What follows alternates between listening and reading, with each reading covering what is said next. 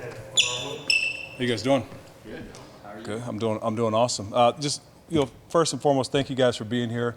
I know a lot of you guys see a lot of faces. A lot of you guys are doing extra work, been spending a bunch of time covering women's basketball, right, and watching our basketball team phenomenal run. Awesome to see all that, and I know a lot of you guys pulled double duty and away from home for quite a while, but it's a pretty cool experience as an alum, as a fan of Iowa sports, and as I mentioned, as an alum, watching that whole thing. I know you guys were all front and center for that. But a little bit, we're at practice 14 of spring football. Had that this morning. Thought it was a good practice overall from special team standpoint. Saw some guys make a jump. It's a different year, right? Different year, new room that we have in regards to specialists. Have 6 players within the room, replacing 3 players. Okay, only two guys that have any playing experience at the college level. So that's interesting, as you can imagine, as a coach. But I feel like we have a really good, strong culture of special teams here at this university within the program, but then also within a strong culture within our specialist room right now. And I think just want to try to keep that going with the guys that we have within the room. And anytime you lose a player of Tory Taylor's caliber, you can never replace a player like that. You can never replace a player or the person, but the role does need to be filled. And so that's going to, there's a battle for that right now, obviously. So we've got that going on. We've got the battle at long snapper going on, and then also at kicker. So again, new faces, all sorts of stuff going on. Phil just talked about Gunner and Cooper DeJean that's also leaving us. So there's plenty of opportunity out there. And anytime there's change, like we have going on, there's opportunity for growth. And so we're looking for that right now, and that's what we've been focused on here the first 14 practices of spring, and hopefully have a good one here on Saturday. So lots going on in special teams. Any questions you guys may have, happy to answer. Oh, wow. It's a new format. It's like a game show. Yeah, Chad Leister, good morning. I just want to start out by saying I'm disappointed you never had Cooper DeJean hold before he left. You didn't. That was disappointing. We did not. You're right. Okay. Anyway. That was going on at one point. Okay. And then we felt like the guys that were actually holding for place kicks were a little bit better. But okay, so I wanted to ask before we get to the other guys, the guy who did hold last year, Tory Taylor, how many calls have you been fielding for him on NFL drafts? And it's crazy how much love there is out there for him at the NFL, but not surprising, I guess. So what do you think he's going to be like at the next level? Yeah, quite a bit of calls on the guy, more so about what is he like as a person. I think you watch the tape, you watch his workout at the Senior Bowl, you watch his workout at the Combine. Everything I've heard has been nothing but positive. So I think it's going to be really what it comes down with the market at the pro level, at the NFL level, and what jobs are available, what's opening or what is open currently for him. But the sky's the limit for Tory as a player and as a person, and you guys all got a chance to see him, watch him really grow right in front of your eyes. And even though he came here at 22, he was still very young and very green, but a lot of opportunity for him in front of and ahead of him. John Seppi, Cedar Rapids Gazette. Reese, now you've had 14 practices with him. What's kind of stood out to you the most about his punting?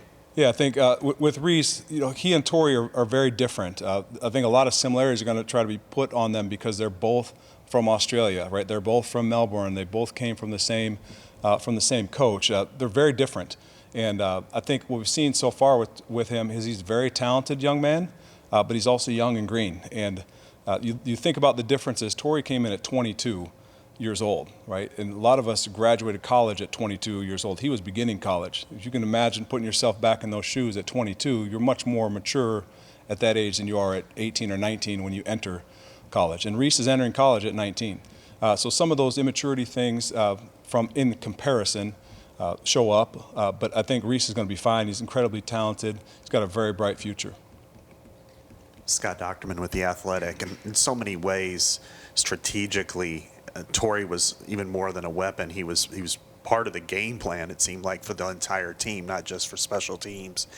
In what ways it doesn't seem right that you would apply that type of pressure to a punter to do the same things Tory did, but it's part of the overall team plan. How would you be able to entrust a punter like Reese to do some of the same things, or if it's not Reese, and in what ways could that punter I guess some of the angled punting and that sort of thing, how do they fit into the scheme right now? Yeah, I think both Ty Nissen and Reese Dakin, both of those guys have capabilities to do the shots that Torrey did. Okay, now the difference is going to be Torrey's done it a lot longer. He's a little bit more skilled, a little bit more adept at it at this current moment. But I think it's all out there. They're all capable of doing it. So that as we get going, get a better feel for their shots, the shots that they prefer. I think we'll put a good game plan together. It's kind of likened it to golf, right? So Masters was just last weekend. You're watching. Some guys are playing a 50-degree wedge. Some are playing a 52. Some are 48. Those things are different. It all comes down to the punter or the golfer, if you will, and what their best stroke is. When you talk about the angle punting or pinning people inside the 10. So whatever their best shot is that we figure out over 15 practices and then through the summer, that's how we'll build our game plan moving forward. Adam Jacoby, Rivals. LeVar, first of all, thanks a lot for your time today. With Drew Stevens, great first half of last season, a little bit of turbulence down the stretch. How have you helped him navigate that coming into this season and the competition that he's got at that position going into the fall? Yeah, I think with Drew, what we're seeing right now is a much more mature version of Drew. As it stands today, a much more humbled version of Drew. He got humbled very hard last year. I mean, you guys all saw it and you all watched it, but I think he's a different kid right now. And I say that they use the term kid. When Drew first came here, he began when he should have been in high school. He came here as his second semester. His first semester on campus would have been his last semester in high school. So he came here as an 18-year-old kid, and then all of a sudden he comes in and kicks really well as a freshman. So he had wild success right away. I think that can fool a person very quickly. You see it in pro sports all the time. A rookie comes in, sets the world on fire, and then all of a sudden the sophomore, it's not quite the same, or their second season not the same. I think some of that happened with Drew, but I think you're seeing a more mature version of him. The way he thinks, the way he talks, the way he approaches his business is much different than last year. So I think over the course of time, 14 practices now, 15 on Saturday. He's definitely working through some things swing-wise. But I think as we get going, we're going to see a different guy with Drew. And I think the things we've been working on more so are getting better, consistent ball contact. The strength is there. Again, looking at it like golf, right? He can smoke the ball, okay? But you watch some of these guys that you get in those long drive competitions. Sometimes it's straight, sometimes it's left, sometimes it's right, but they're smoking the ball. Okay, now we're trying to get a guy to play in the fairway more consistently all the time. And I think it's in there with him. The leg strength is in there. Now it's the maturity of not having to hit a 65-yard field goal every time he lines up there. So, but I think it'll be fun to watch with him because, again, he's talented, he's capable, and the culture within the room, I think, is going to push him forward. Hey, LeVar, Elliot Clough, Rivals. Wanted to ask about return game with kicking and punting. I know Caden held that down, especially after Cooper got hurt last year. I guess is that the expectation going into the spring game on Saturday and maybe potentially the fall? And who else is in that mix if not? I think the position's open, both kick return and punt return. If you look at kick return, the first return of the year last year went for, I think, 52, 54 yards. It was Caleb Johnson.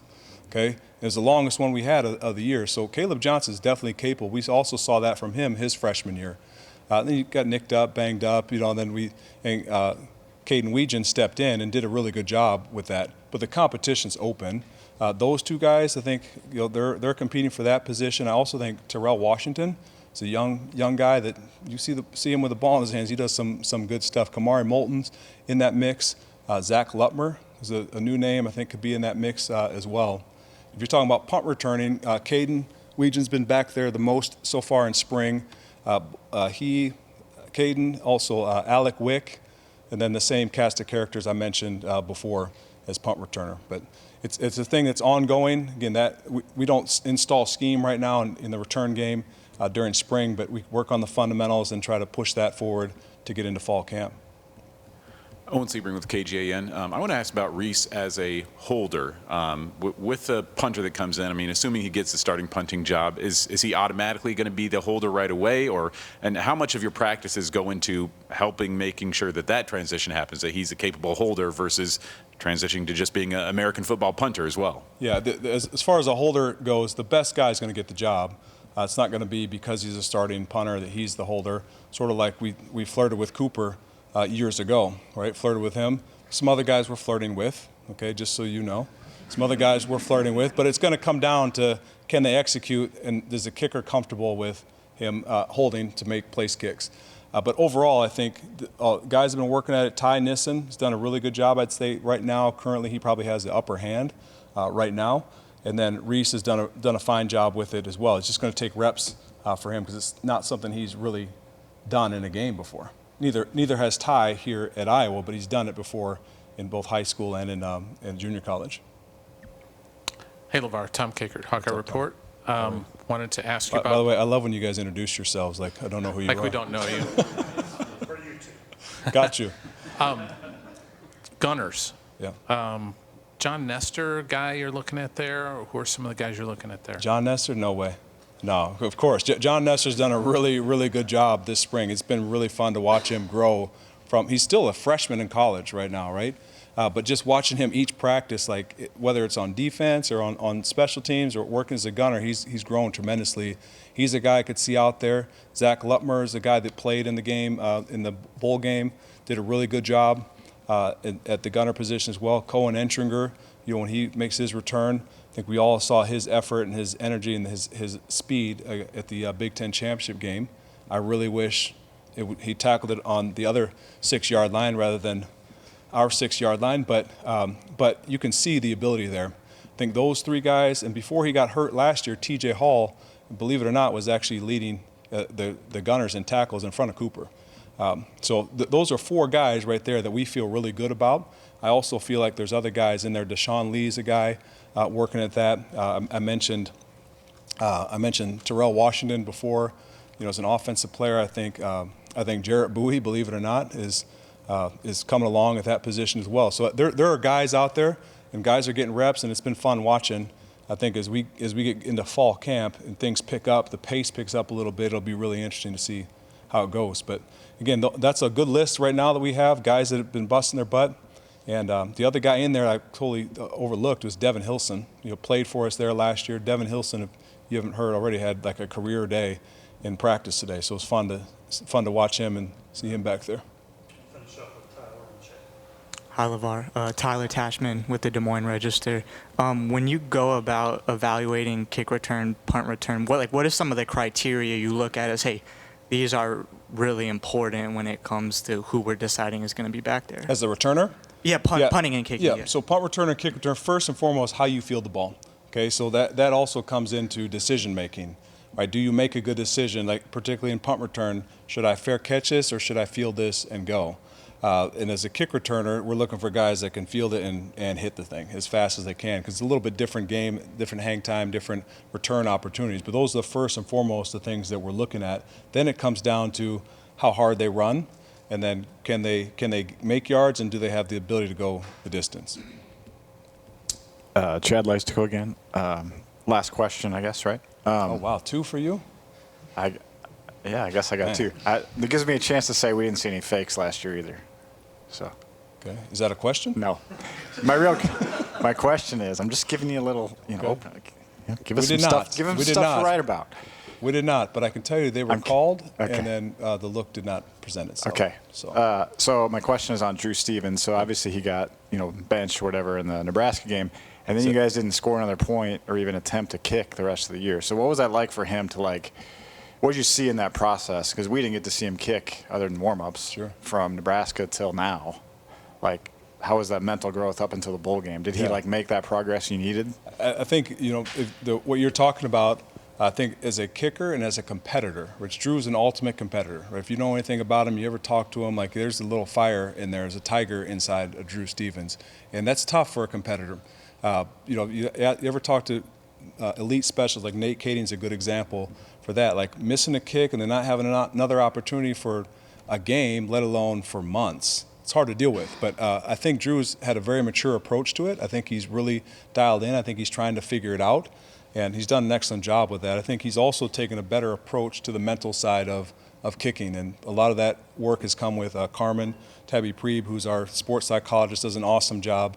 Players love her to death, and she's been very instrumental in our within our room. And so I think he's really taken to that, which maybe he didn't before. He wasn't quite a believer in some of the tactics that she uses.